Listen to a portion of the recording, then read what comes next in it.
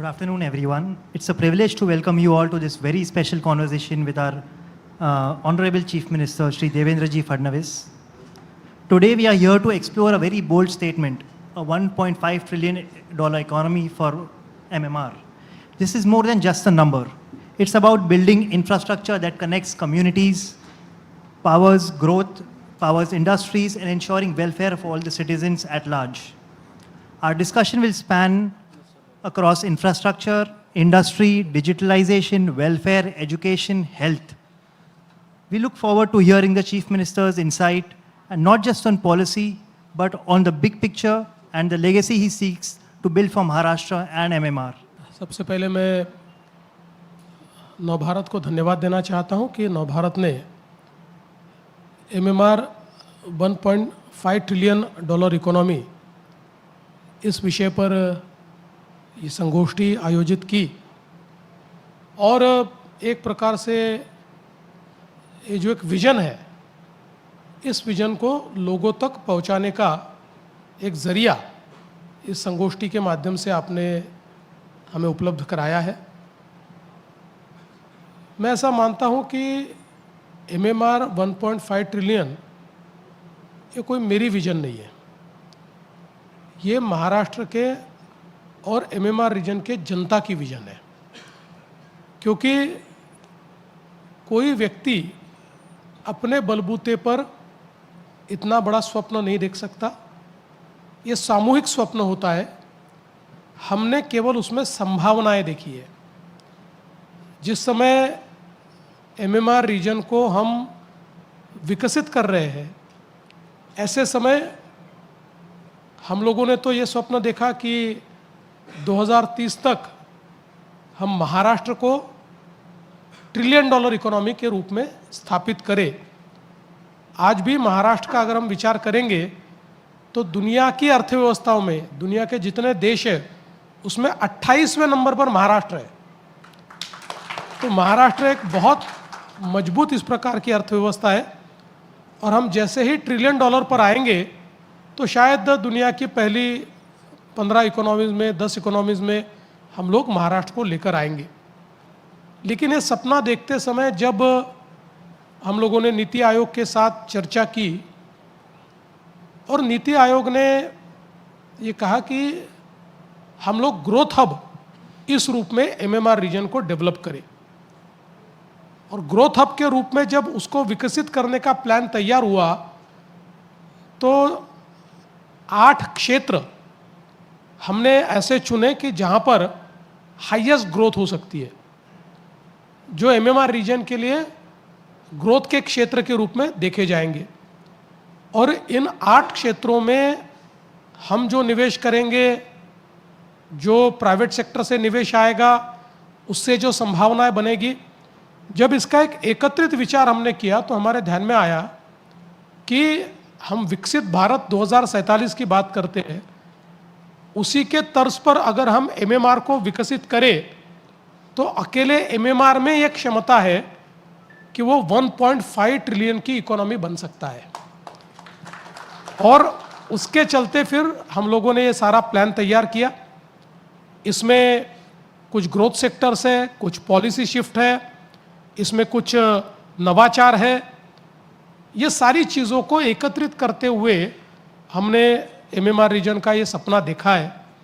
और आज आप देख सकते हैं कि जिस तेजी के साथ मुंबई और MMR रीजन का विकास हो रहा है, ड्राइवर्स क्या है? अगर हम लोग देखें तो आज मुंबई और नई मुंबई को हमने जोड़ दिया अटल सेतु के माध्यम से। उसके कारण पूरा हिंटरलैंड ये मुंबई हो गया है।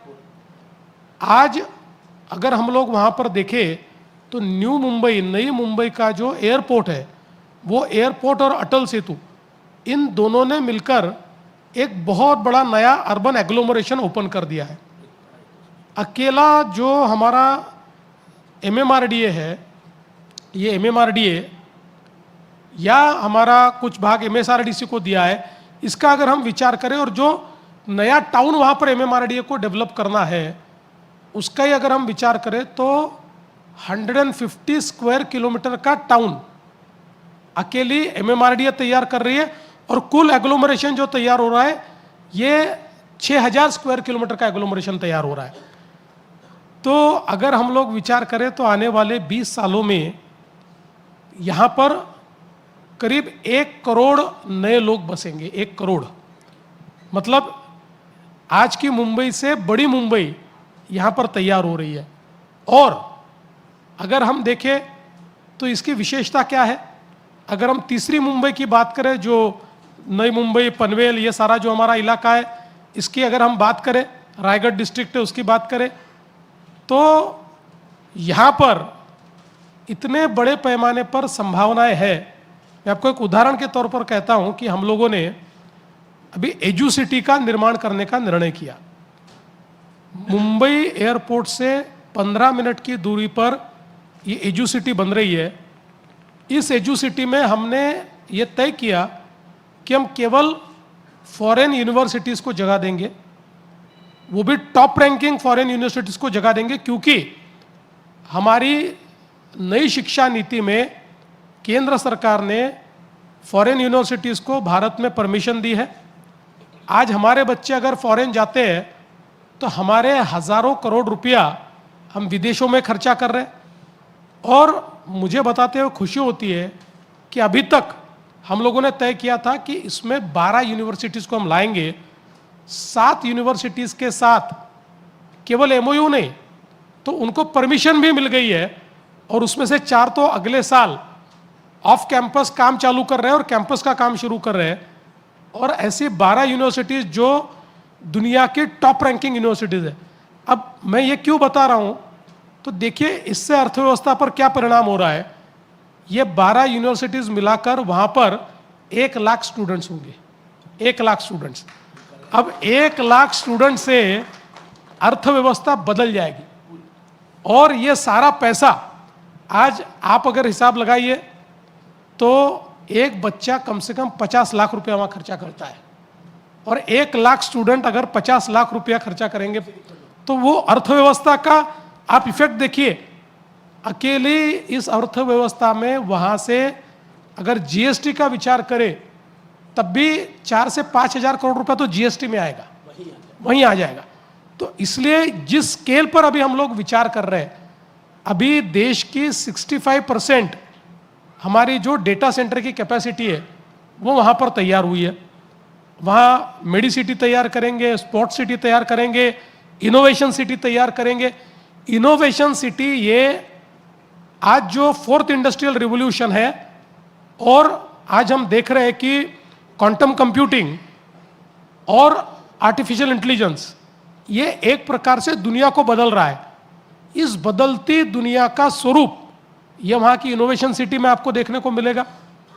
तो हर तरीके से एक बहुत बड़ा व्यापार, उद्योग, मैन्युफैक्चरिंग और लॉजिस्टिक्स, इन सारी चीज़ों का आपको एक बड़ा संगम वहाँ पर दिखेगा, और एक बहुत थ्राइविंग कम्युनिटी ये वहाँ पर तैयार होगी। ऐसे ही अगर हम लोग नॉर्थ साइड चले जाए या गुजरात के साइड चले जाए, तो जो वाढ़वण पोर्ट डहाणू में तैयार हो रहा है, ये हमारी चौथी मुंबई है। क्योंकि वाढ़वण पोर्ट ये पहले दिन से दुनिया के 10 बड़े पोर्ट में से एक पोर्ट होगा। आज हमारे पास दुनिया के 10 पोर्ट में कोई पोर्ट नहीं है। आज हमारा सबसे बड़ा या सबसे बिजिएस्ट पोर्ट ये JNPA है, जो हमारी 60% कंटेनर ट्रैफिक को हैंडल करता है। वाढ़वण पोर्ट ये उससे 3 गुना बड़ा है, 3 टाइम्स बिगर। और वाढ़वण पोर्ट में 20 मीटर नेचुरल डीप ड्राफ्ट होने से दुनिया की सबसे बड़ी वेसल ये वाढ़वण पोर्ट पर आ सकती है। ये अकेला वाढ़वण पोर्ट महाराष्ट्र को और देश को 20 साल आगे ले जाएगा। और मैं तो ये कहता हूँ कि वाढ़वण पोर्ट के कारण, जैसे JNPA पोर्ट ने पिछले 30 साल मुंबई को 1 नंबर पर रखा, महाराष्ट्र को 1 नंबर पर रखा, वाढ़वण पोर्ट अगले 20 साल पूरे महाराष्ट्र को देश में नंबर 1 पर रखेगा। और इसके कारण जो संभावनाएं तैयार हो रही है, अब समृद्धि महामार्ग है, हमने समृद्धि महामार्ग से सीधा वाढ़वण पोर्ट के लिए कनेक्टिविटी चालू कर दी है, हम लोग वो कनेक्टिविटी करेंगे। तो पोर्ट लेड डेवलपमेंट जो है वो बचे हुए महाराष्ट्र को भी उपलब्ध होगा। लेकिन वाडवंट पोर्ट है, वही बुलेट ट्रेन है, वहीं पर एक नया एयरपोर्ट मुंबई का जो तीसरा एयरपोर्ट है हम लोग वहां तैयार कर रहे हैं, और हमारा जो कोस्टल रोड है उसको हम विरार तक ले जाएंगे। तो विरार से लेकर वाडवंट तक ये जो सारा इलाका, ये चौथी मुंबई बनेगी। इसलिए इतनी हाई वैल्यू जॉब्स ये क्रिएट करने वाली है कि जिसके कारण अर्थव्यवस्था पर एक बहुत बड़ा कैस्केडिंग इफेक्ट तैयार होगा। और मैं ऐसा मानता हूं कि आने वाले दिनों में महाराष्ट्र, मुंबई और रेस्ट ऑफ महाराष्ट्र, इसका एक ऐसा हम लोग जाल बुनेंगे कि मुझे नहीं लगता कि महाराष्ट्र का मुकाबला भारत का कोई अन्य राज्य करेगा। हम अब भारत के राज्यों से मुकाबला छोड़ेंगे और दुनिया से मुकाबला करेंगे।